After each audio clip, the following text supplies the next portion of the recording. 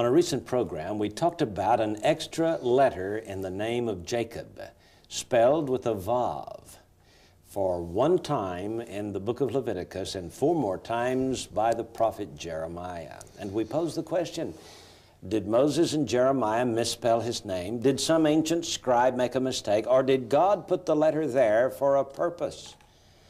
Contemplating upon this vav in the letter Jacob, we went back to the name of Abraham and realized that God had placed a special hey, the 5th letter of the Hebrew alphabet, in the name of Abraham. It comes from Genesis chapter 17. We're going to discuss this unusual hey on today's Prophecy in the News. Gary Stearman is here, and Gary, we've got some interesting things here that have been said about this heavenly hey. As a matter of fact, JR, we're going to be talking about Hebrew spelling today. Those of you watching, don't worry. This is going to be very, very simple. We're talking about the 5th letter of the Hebrew alphabet, which is the letter Hey. The letter Hey, which you see on your screen, has a numerical value of 5. And it has a metaphysical or metaphorical or a symbolic, if you will, meaning. And that meaning is the Holy Spirit or the Spirit of God. And it is usually used in Jewish interpretation to intend some aspect of the creation or the work of God in creation. And we would just say the work of the Holy Spirit, J.R.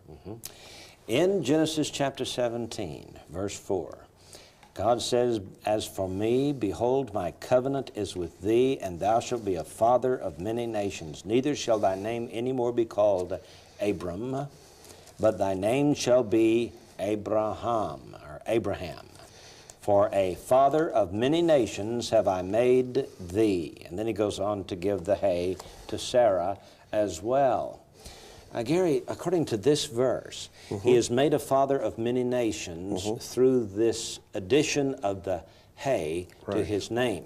And the hey representing the covenant of Abraham, which was a covenant of grace. And knowing from the days of the New Testament, that is the covenant for many nations, or all nations.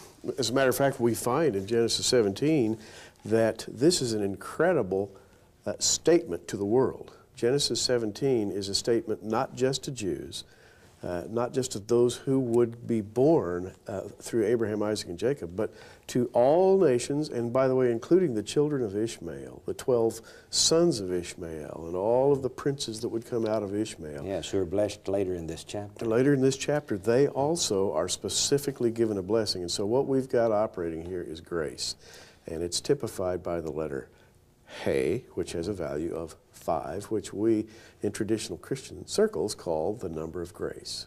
Now, Abraham here, being the father of many nations, represents what we consider to be the spiritual father because of the covenant of grace. And here I am, a Gentile, being saved by grace, this covenant through Calvary. It took the death of the testator to make this covenant effective, but the covenant was originally given to Abraham. And Abram was given this hey as a sign of the covenant. The hey then, Gary, goes back to the early pages of Genesis and has a profound meaning to it. Let's talk about it really does. The days of the earth being created. First of all, and before we go back to the earlier passage in Genesis, I just want to say that Genesis 17 here validates the study of the Hebrew alphabet perfectly, because it says very clearly that God understands the Hebrew alphabet. Why else would he have added a hey to Abram and said, on this occasion, when I confirm this covenant in a particular way, I'm going to add a hey to your name. The hey has a meaning. And to Sarah as well. Exactly. Sarah's name was changed from Sarai to Sarah, or Sarah as we call her, by the addition of the letter hey. In both cases, they had a hey added to their name. And essentially, you could just say grace was added to their names, but it's a lot deeper than that. Yes. Now, when we get to Moses and the Mosaic covenant, that covenant was made with one people, the Jews, the chosen people, the offspring of Jacob, whose name was changed to Israel. And there's a whole other story there. Indeed. But this hey of Abraham is a covenant wherein Abraham becomes the spiritual father, the progenitor of many nations. And today we're called Christians. No matter what nation we come from, we're born on this planet Earth. We can be born into the family of God through the use of the Holy Spirit, who is represented by this hay. And Paul spends much time in his epistles explaining just how we are the spiritual seed of Abraham through Christ. J.R., there's a fascinating sentence in Genesis 2:4. And basically it says, I'll read it in the King James so that we will be familiar with the language. Genesis 2:4 says, "These are the generations of the heaven and the earth when they were created." And I'll just stop right there. This is after the seventh, or during the seventh day. Yes. And there's a hay there. There's a hay there. It's fascinating. These are the generations of the heavens and the earth when they were created. And the word in Hebrew, when they were created, is bahikavod. Bahikavod. Bahika'am, I beg your pardon. And what happens here is the little H sound you hear in that word, he, has the letter hey in that word, when they were created. Now, it's kind of fascinating that that little hey is written in the text with a very tiny letter. Every Hebrew text you pick up, you'll see that the letter hey in that sentence is written with a teensy-weensy little letter. It's not the same size as the other letters. Not the same size as the other letters, and fascinating. And this has been true for literally thousands of years, as far back as anyone can tell.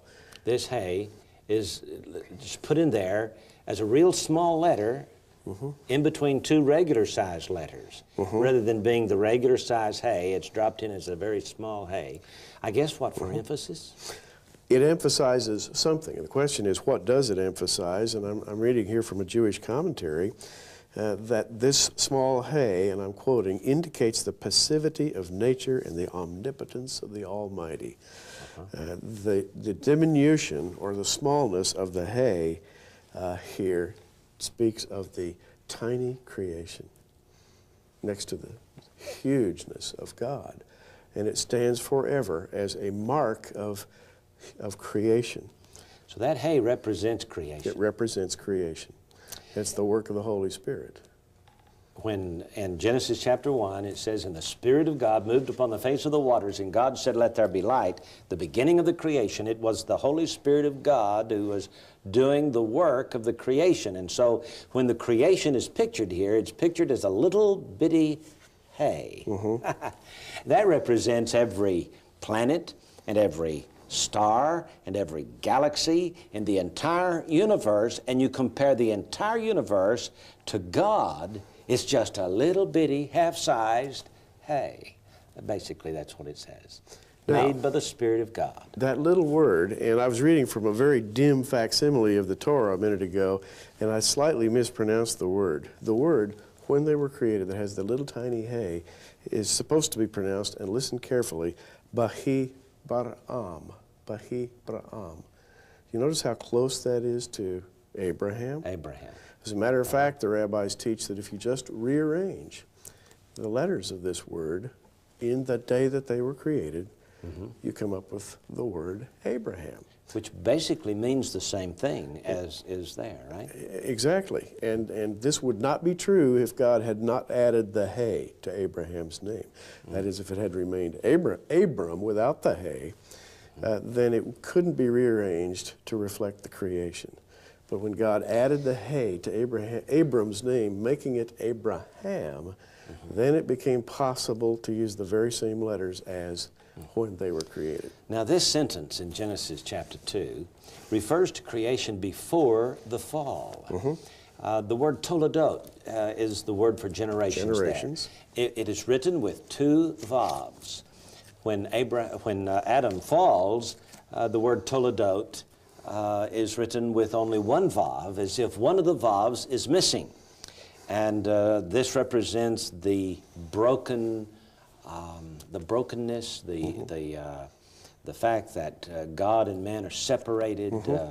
and are not brought back together until the last chapter of the book of Ruth, when we have the generations of David, the 10 generations listed there. And at that point, because of the Messiah, the Messianic line, the Toledot is restored.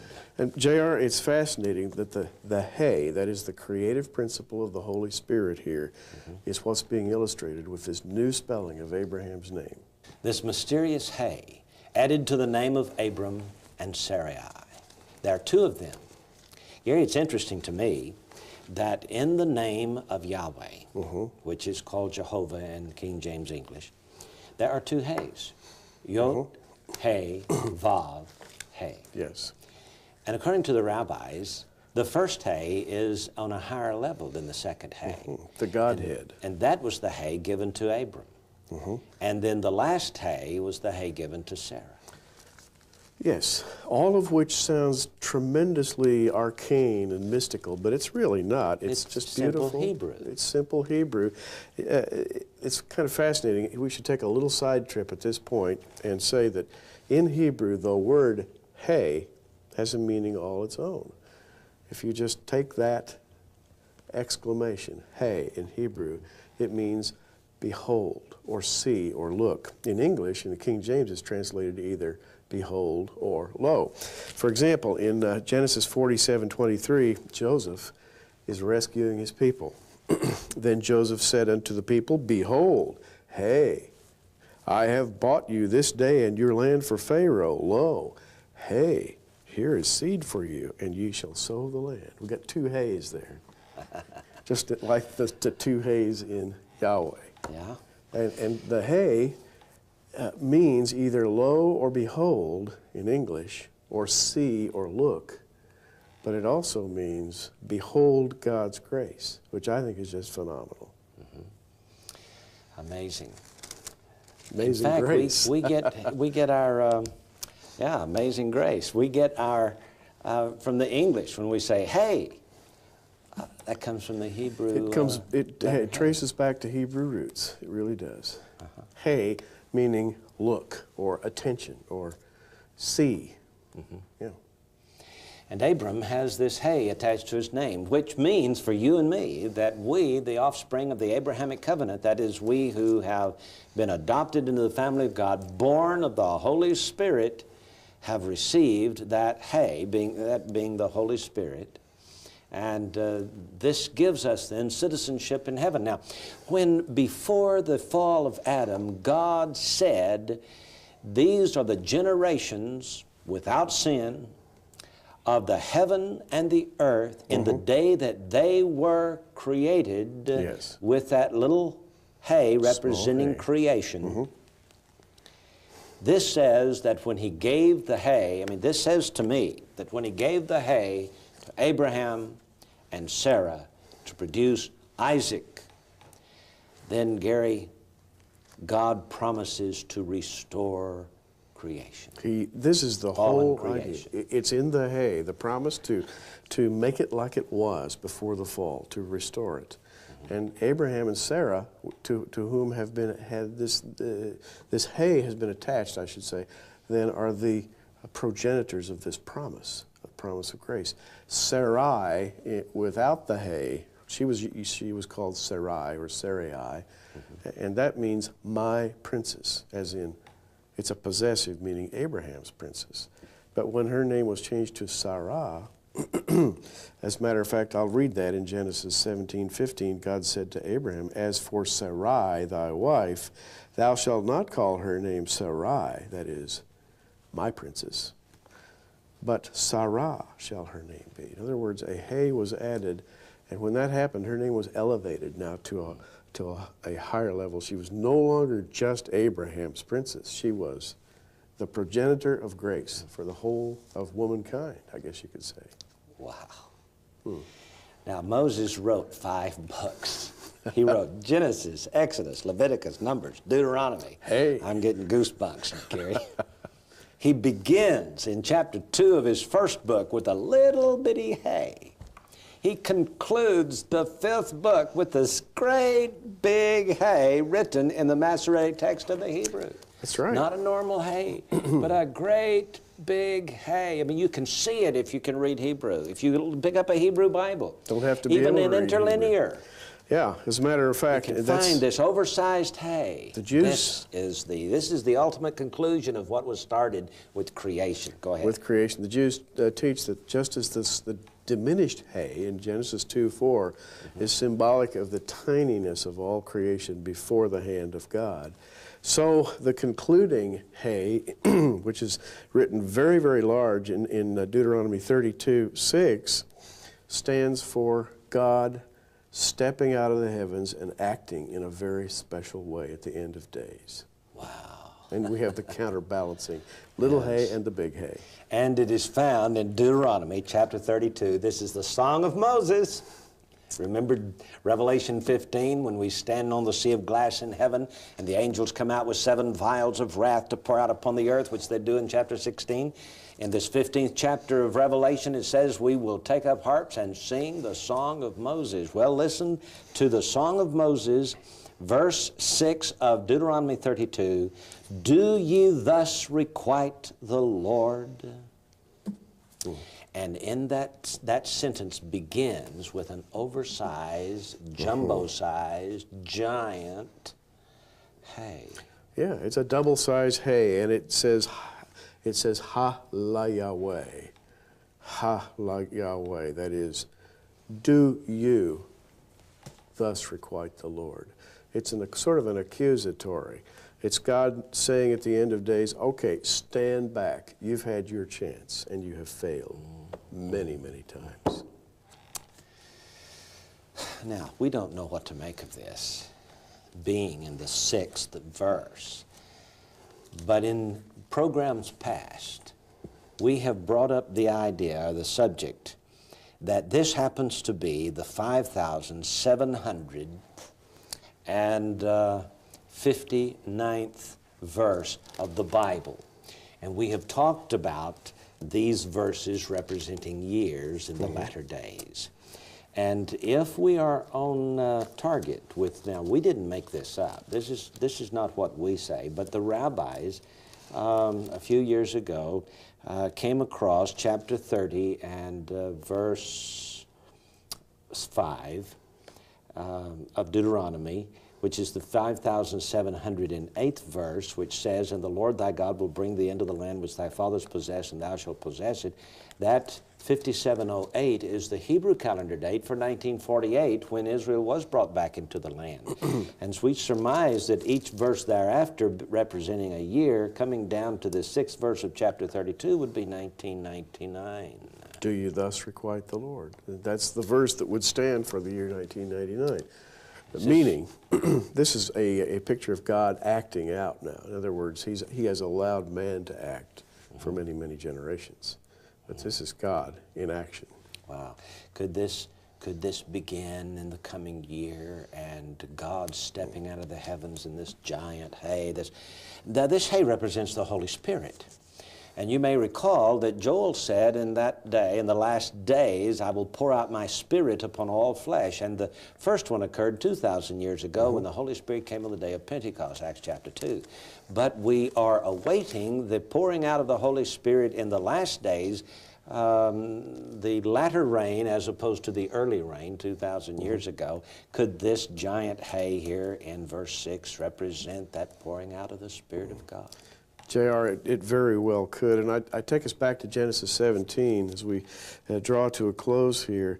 When Abraham was 99 years old, he and his wife received the hay. Also, he received... 99.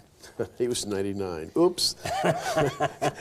And here we have in verse 6, 1999, yeah. And we've got this giant hay. Now, Gary, is that a coincidence?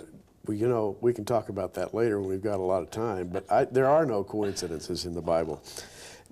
But what happened here, this was the 5th appearance of God to Abraham. Abraham received 7 visitations from God. This was the 5th one. That's the letter Hay. And on this 5th visitation, he was promised a people. Verse 6, I will make thee exceedingly fruitful. I will make nations of thee, and kings shall come out of thee. That's the whole world, not just the Jews, the Gentiles. All recipients of grace, all symbolized by the He, 5, grace. And Abraham was born how many years after Adam was created? Seemed like it was 1948, wasn't it? Very close. Amazing. Well, there's a lot here and a lot to be learned in the Bible.